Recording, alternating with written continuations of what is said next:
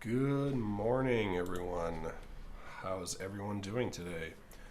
It is Thursday, September 17th, and it's a beautiful day, beautiful morning, and, well, at least for me it is. If the weather is a little unsavory for you, I know there's a hurricane going on right now, and I hope everyone down there is hanging in there, hanging tough.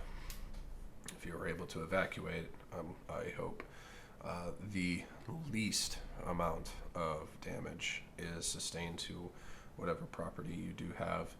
And for those who are riding it out, I wish you all the best, Godspeed, and hopefully it will all be over quickly and everyone stays safe. And of course, there's always the wildfires out west. Hope everyone out there is staying safe as well. I know it's just as difficult, if not more difficult, dealing with that as is a hurricane. So, anyway, I always feel bad saying, "Oh, it's a beautiful day." Oh man, it's a beautiful morning. And when in the back of my mind I know, well, it's not really down south or out west for a lot of people. So, just to let you know that, you know, my thoughts, however minute they may be, are with you, and I hope everyone can get through this as unscathed as possible. But we all know in this world that there are tragedies, and unfortunately, there will be loss. So I hope it can be as small as possible, and that even in the loss, I hope everyone can come through this in the light on the other side, and rebuild and carry on with their life and lead a good life by example. All right, now that I stumbled through that, let's get to the news. So far this morning it's been relatively quiet, not a whole lot of stuff, but there are a few things. First one you can see on screen, obviously. Before I jump in, gotta get that good old morning coffee sip. Hope everyone has their coffee, their tea, their water, maybe even a diet soda on a Thursday morning. Can't leave anything out on a Thursday morning.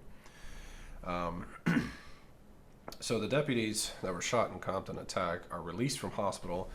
There is new details. That's what I was supposed to have clicked on. So one of the deputies wounded in a brazen ambush in Compton, California over the weekend was released from the hospital, which was noted by Los Angeles County Sheriff Alex Villanueva. Great news. Right here, we at Los Angeles Sheriff's Department headquarters appreciate the outpouring of prayers and support you have shown for our ambush deputies. Great news, one of those deputies was released from the hospital today. He has a long road ahead for recovery, but he's not alone. We as a community are in this together. So it appears that the younger male officer is the one who was released.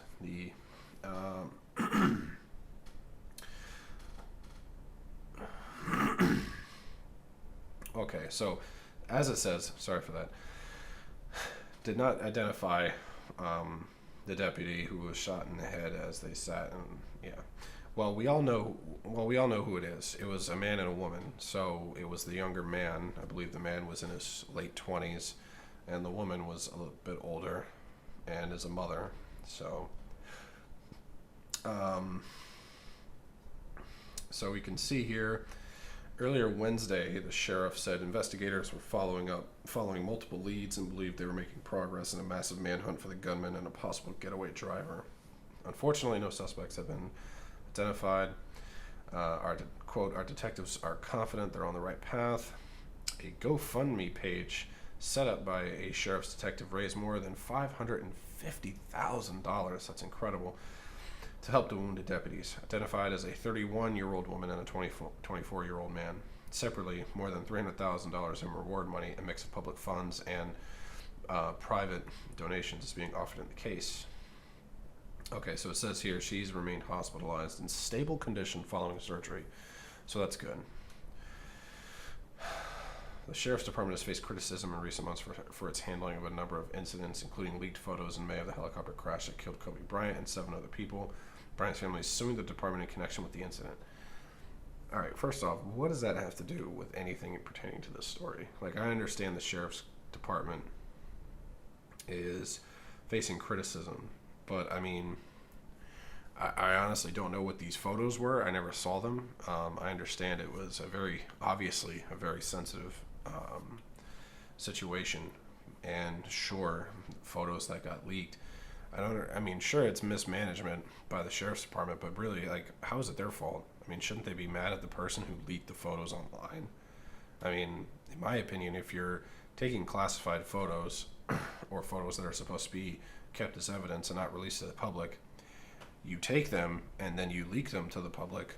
I believe, yeah, sure, the Sheriff's Department should have had a better handling on their evidence, but at the same time, the person who leaked those photos is a piece of crap, in my opinion. That's horrible. Why would you do that? And the obvious reason is because you probably sold them to a press outlet, probably got like 10 grand for that. Maybe not that much. Probably got a few $1,000s for those photos. Either that or the person just leaked it because they wanted to. So who knows? And I understand that. And I don't know what the photos are, so I can't make an informed judgment on that because I don't know what it was. If it was just photos of the scene and not any bodies or anything like that, it was just the scene of the helicopter crash. I mean, if the press were there, they would have been taking the same pictures and taking the same videos and releasing them all to the public if the press were there. If the press had gotten there first, you damn well better believe that they would have been all up that helicopter crash and taking photos and making it public. Because, I mean, I don't have to, in a place like Los Angeles, those type of journalists are out there. I know Tim Pool has referenced this many, many times. All you have to do is go watch the movie Nightcrawler with Jake Gyllenhaal, and it's about a nightcrawler. It's a type of reporter, goes out at night and looking for the like craziest accidents and situations going on in the city and films them and then sells them to news outlets as coverage footage. It's disgusting in my opinion, but it's a way to make money. Because the press doesn't care. They don't care. And hell, not even Fox News cares. They all know that kind of stuff generates hits. It's all they care about, generates leads. So anyway, slight rant aside, I'm just like, sure, the Sheriff's Department is facing criticism in a number of incidents. Okay, what are these incidents? And then 2, does that justify going up and executing 2 random sheriff's officers in their vehicle? No, it doesn't. You know, we've kind of outlived that type of lifestyle. You know, that was made redundant when civilization in the West was brought about. So,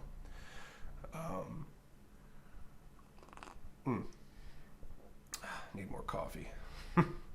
All right, next one. This is a spicy one here. Tucker Carlson criticizes Facebook for censoring interview with Chinese virologist. Dr. Li Meng Yang is not a quack, quote. So I did see this. I saw this piece that Tucker did, and I took it with a grain of salt because you can't always trust these people. I mean, are they taking a risk coming out and just saying that stuff, even if it's not true? Absolutely. I never underestimate the power of a foreign country as corrupt as China. I mean, look what North Korea was able to do to Kim Jong-un's own brother.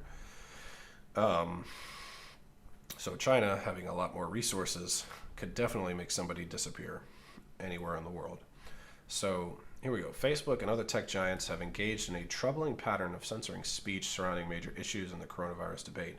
Fox News host Tucker Carlson argued during his Wednesday night monologue. Carlson's comments came after Facebook slapped a warning label on video of his Tuesday interview with Chinese virologist Dr. Li Meng Yang, who claimed to have evidence showing China intentionally, quote, released, quote, COVID-19, set that backwards, quote, intentionally released COVID-19 onto the general population. Quote, within a few hours of her interview last night, Carlson said, quote, a video of the segment reached 1.3 million people on Facebook. Quote, and why wouldn't it?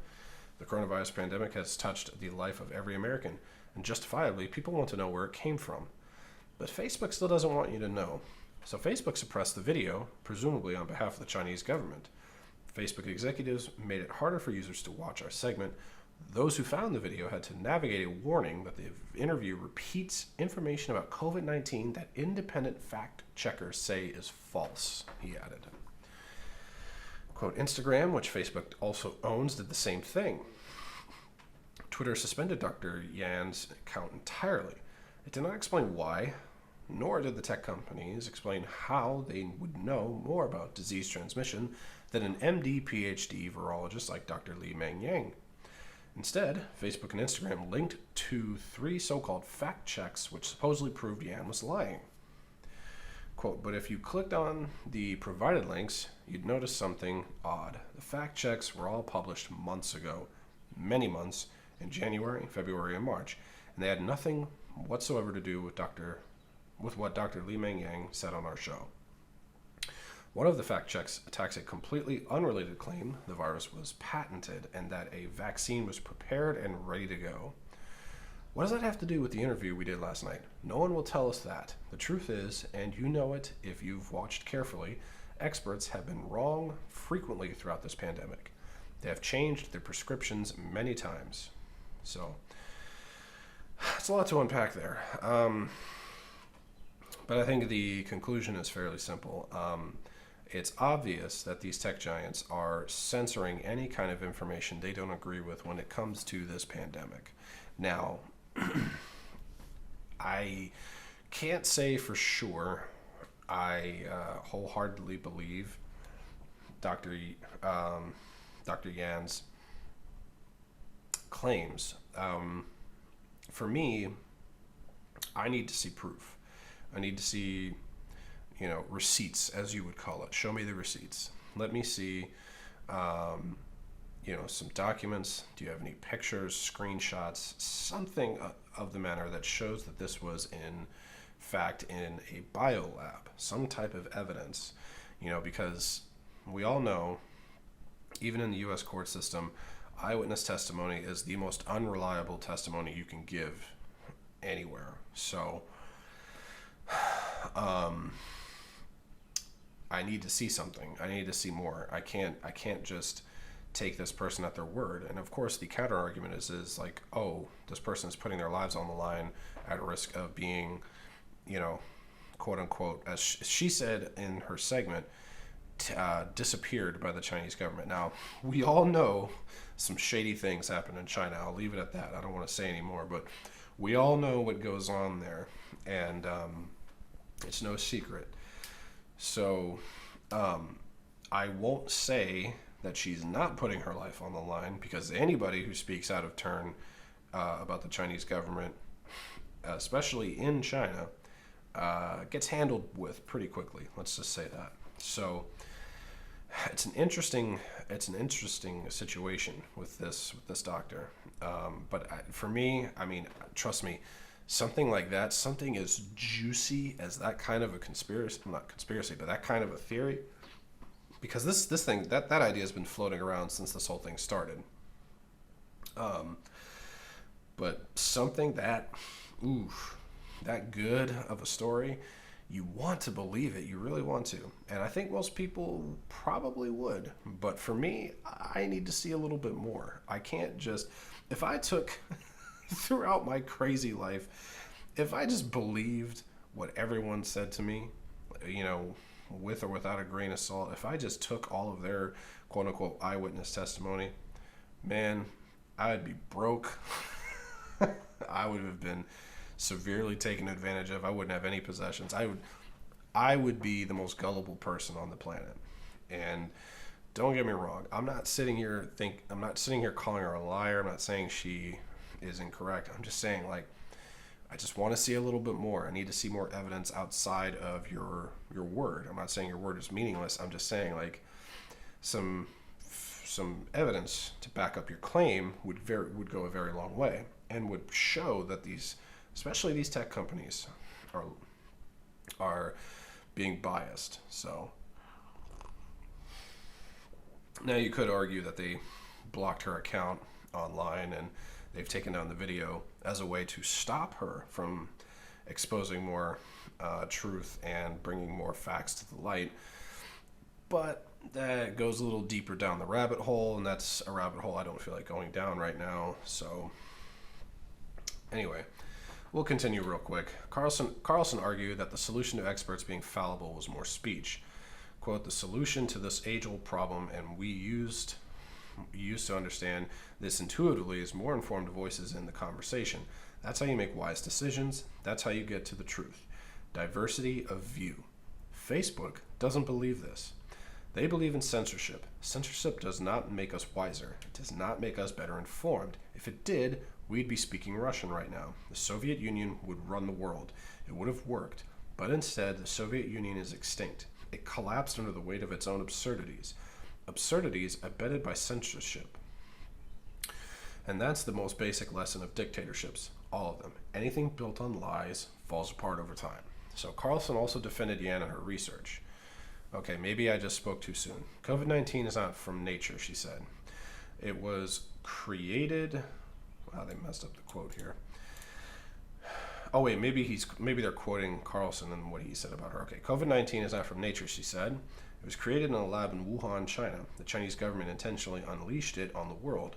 Those are her claims. Are they true? We have no way of verifying them. We do know that Dr. Li Meng Yang is not a quack.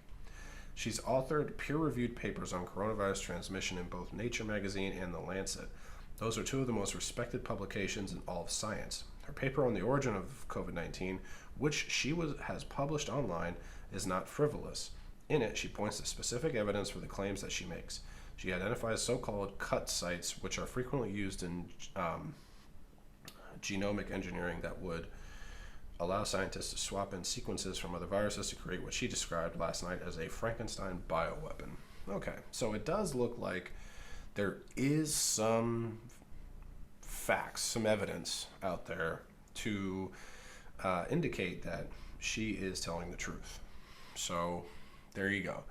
I don't see any links to any of these papers. I mean, obviously you can probably find her peer-reviewed papers on Nature magazine and The Lancet, but her paper on the origin of COVID-19, which what she has published online, is not frivolous. So I feel like finding this paper would probably be the arduous task. And if we could find that and see what she wrote, that would probably go a long way to proving her statements. So, hey, if that's all true, then it would make controlling this and pushing the blame elsewhere a lot easier. So I honestly wouldn't put something like that out of the realm of possibility for China. We all know that because this all came coincidentally after the trade deal, first part of the trade deal was signed with the United States.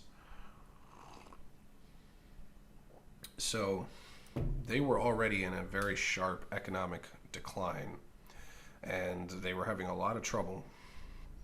And then this happens. So, and then they were the ones who were starting to export a lot of pharmaceuticals. I mean, how many masks were bought from China? So they had a slight uptick in exportation during that time, during the very beginning. So we'll leave it at that. Next story I wanted to cover here was top Pennsylvania Democrat rails against $1 million bail set for Lancaster protest. Stop it. Just stop, Fox News. Stop it. You know for a fact they were not protesters, okay? You know that for a fact. Blatantly unconstitutional.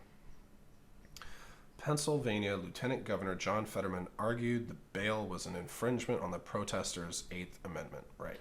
Okay, sure. All right.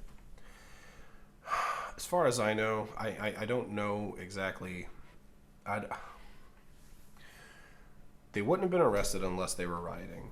That's what I have come to notice here in a lot of these cities, especially states that are run by Democrats. A top Pennsylvania lawmaker, we already know. I don't want to. This photo is of Taylor Ennis staging a peaceful protest.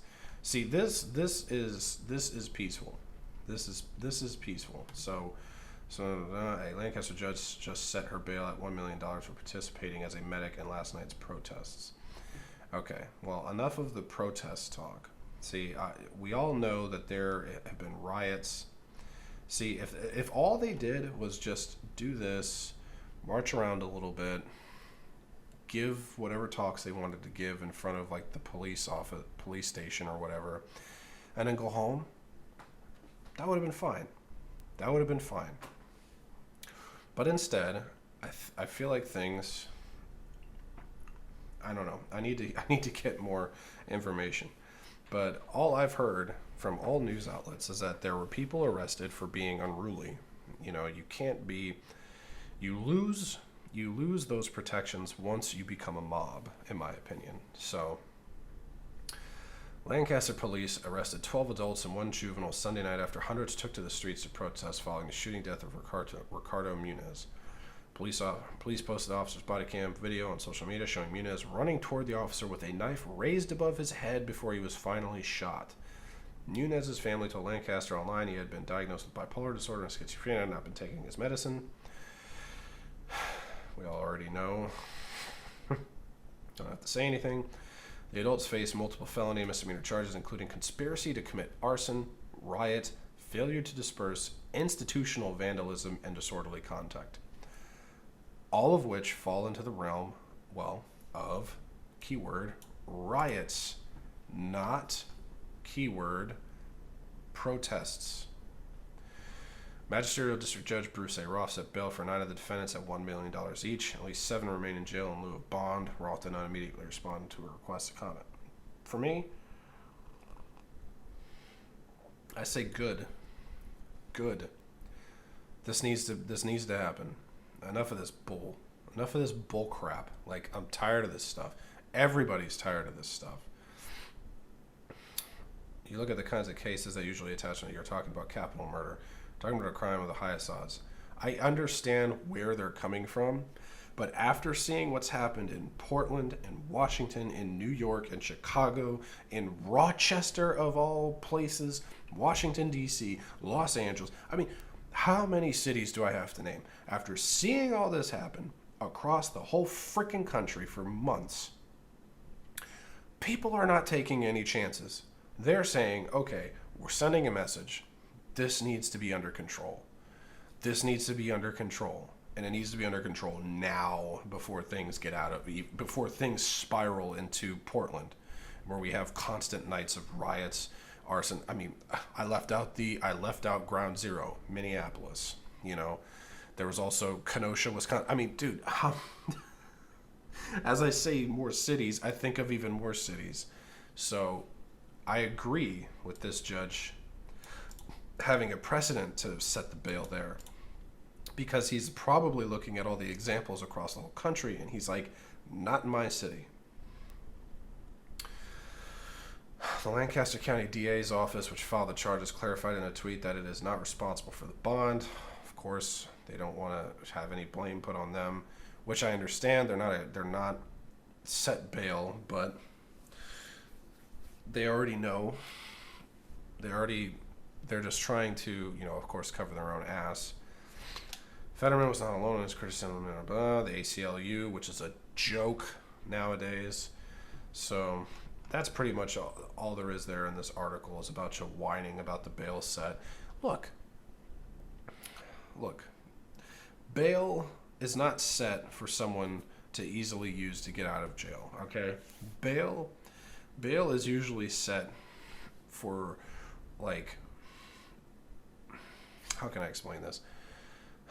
Bail is too often a way for someone to just get out of jail and either get the hell out or run free and do whatever the hell they want, especially in cases where it comes to like assault, rape, all murder, attempted murder. Sometimes a lot of these people who are released, and we've already had examples of this, go out and go on to commit further crimes. Some people just can't help themselves. And in this case, they're just like, we can't set the bail too low to a point where all of these people walk out of jail, and then they use that as reason. They use them being put in jail as a reason to stir up even more fervor in the community. When you arrest these people and say, no, you're going to sit in jail because we already know $1 million, not all of you are coming up with $1 million bail or bond, sorry, or $1 million bail rather, sorry. We already know that not all of you are getting this, and it acts as a deterrent to at least slow down or stop these crazy riots that are going to happen out in the community. So because a lot of these people are going to sit there and go, shit, I'm not going to jail on a $1 million bond. I mean, let's just face it. No one wants to do that. Someone not thinking clearly would do that.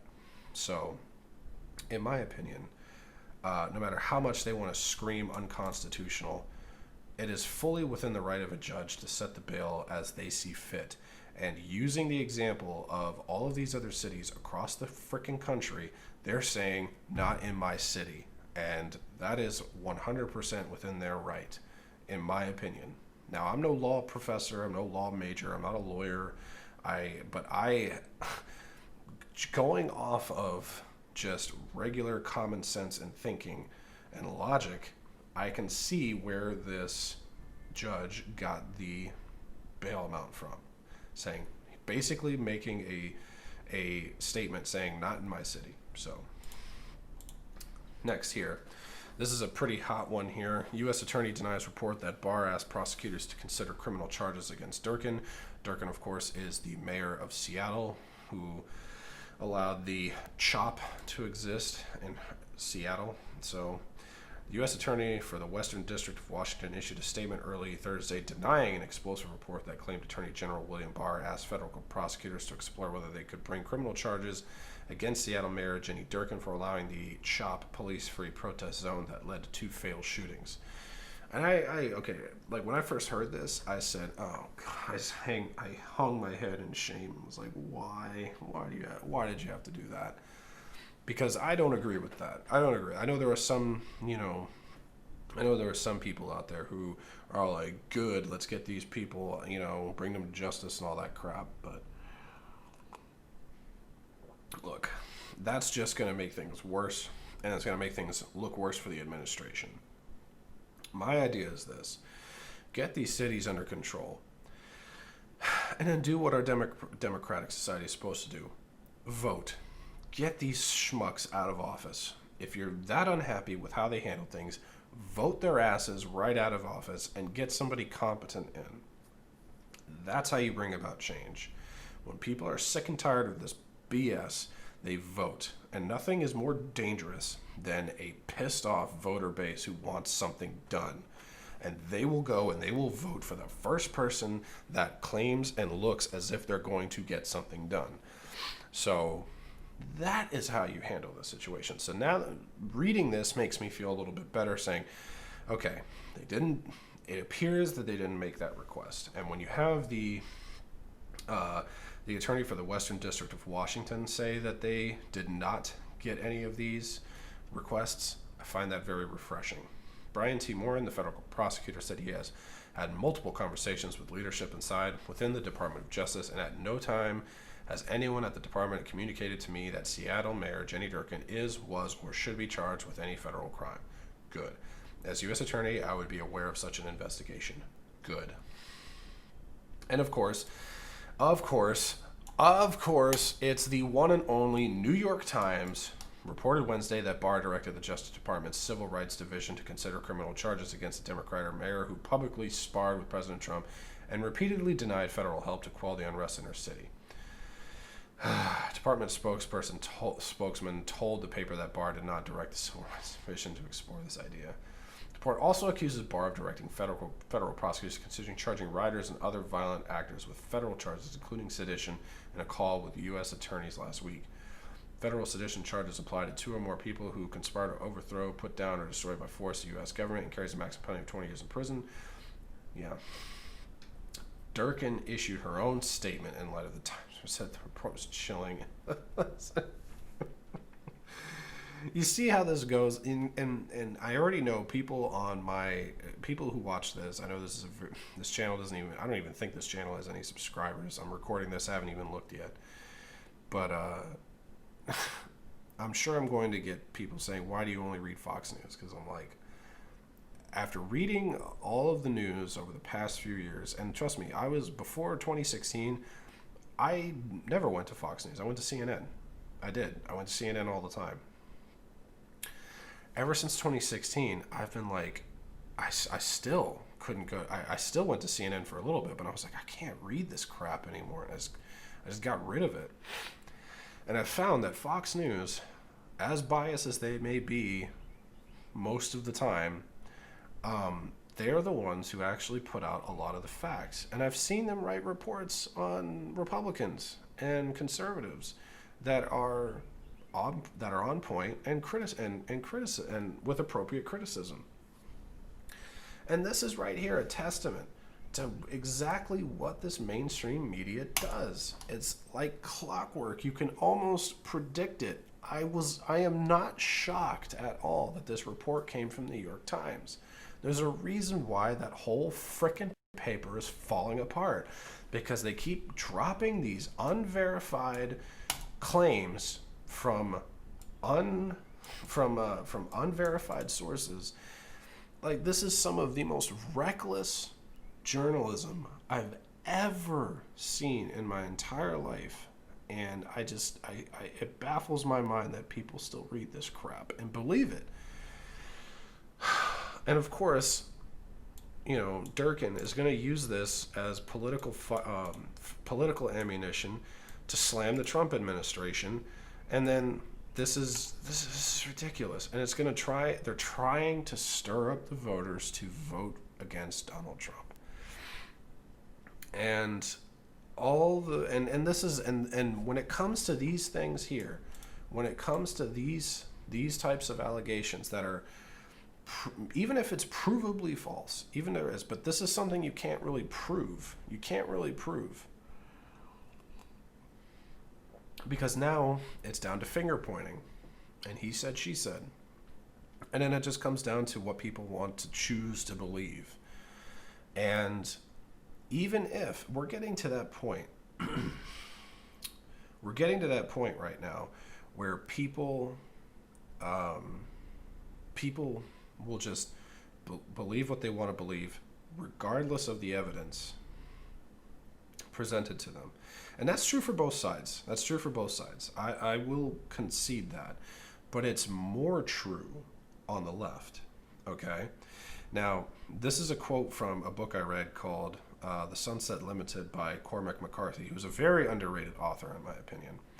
It was a short story about a debate between 2 characters, one being a very religious person and one being an atheist, and they were debating about God. And the atheist says, why can't you people just understand that some people simply just don't want to believe in God, regardless of the evidence? They simply just don't want to. And I can relate that to people on the left. There are just simply people, everyday people on the left, who simply do not want to believe that the Trump administration is doing good or is doing the right thing, or they don't want to believe that, say, this report isn't true. No matter the evidence you present them, they simply won't believe it because they have been completely subverted, and they are just not going to believe you no matter what. And this is exactly the type of reporting that is the most dangerous, because there's unverifiable, it's unrefutable, basically, outside of denying the allegations. It's unrefutable outside of denial from the accused. And there you have it. That's the end of the story. And it's down to, okay, well, who are you going to believe? Pick your side. And it's just, it's so shady and slimy and disgusting, and it's just the worst type of journalism you could ever put out. And whoever put this report out should be ashamed of themselves. It's just god awful, and it doesn't help anybody. So, okay, I guess you can argue it helps your side because you just hope you convince enough people to take your side on things. Anyway, moving on. Here's some somewhat good news. Ben Shapiro, whatever you may think of him, on moving news operation out of California, quote, bad governance has consequences. Quote, that is not a great place to raise children and not a great place to build a company. I would say that this move for the Daily Wire is long overdue. Now, whatever you may think of Ben Shapiro, you can just put that aside for a moment. I'm not the biggest fan of Ben Shapiro. I don't agree with a lot of things he says, especially when it comes to foreign policy. But when it comes to the law, when it comes to social, when it comes to the social aspect of this country, I think he's on point. I think he's actually very knowledgeable, and for a lot of people, I feel like he's kind of like that. He's not really a soft introduction because he is very critical and he's very fact-driven, and he doesn't care if he hurts your feelings or not because he's going to tell you the facts. But for people who are like that, who are open-minded, he is kind of like a soft introduction to the right. Probably the best introduction to the right. Anybody who's out there still interested and on the fence a little bit, haven't really, gone 100% full left and not listening to anybody else, I would recommend Steven Crowder. Steven Crowder has a really good sense of humor. Ben Shapiro's lightened up a little bit. He's been able to work with his sense of humor a little bit more. I don't really watch him that much. I'll watch some snippets here and there of interviews, but Steven Crowder, at least I can give him, is that he has a very good sense of humor and he's able to work that in very well with his show. And he is probably the softest introduction to the conservative side of things. And I recommend anybody interested in hearing about issues on the conservative side and they want to hear talking points, listen to his show. Another example is the Hodge twins. They've been on Crowder's show a lot, and I think I think their brand was made even more popular by his show. So, so yeah. Anyway, they are moving the Daily Wire out of California, and they're moving to Tennessee, to the other side of Interstate 40 in Nashville, Tennessee. So, good on them. Last one. This is probably a funny thing we can leave on, and it's just a testament to how screwed the state of Washington is. Washington Governor Jay Inslee gives maggot-infested apples to wildfire victims. Quote, regrets mistake.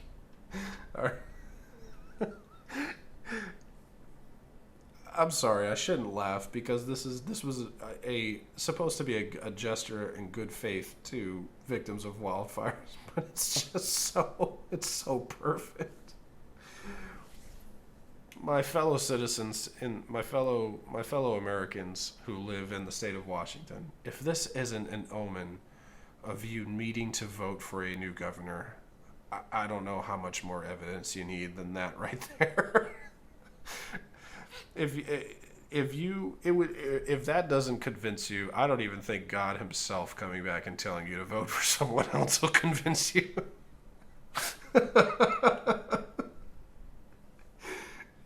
Here, my victims, take these apples and be nourished.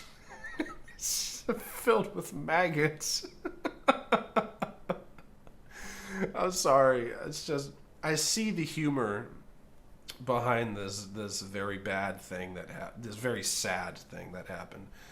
And if you can't laugh at it, man, that's when truly the West will die, is when we lose our sense of humor. And we've, in a lot of areas, we've lost it, but I can still laugh at this because, my God, it's just perfect. It's a perfect way to end. Thank you so much for watching. I did a little bit better today, just over 40 minutes. But if you did enjoy the video, please hit the subscribe button, leave a like, continue the conversation down in the comment section. I hope everyone has a blessed day. God bless America, and I will see you all later.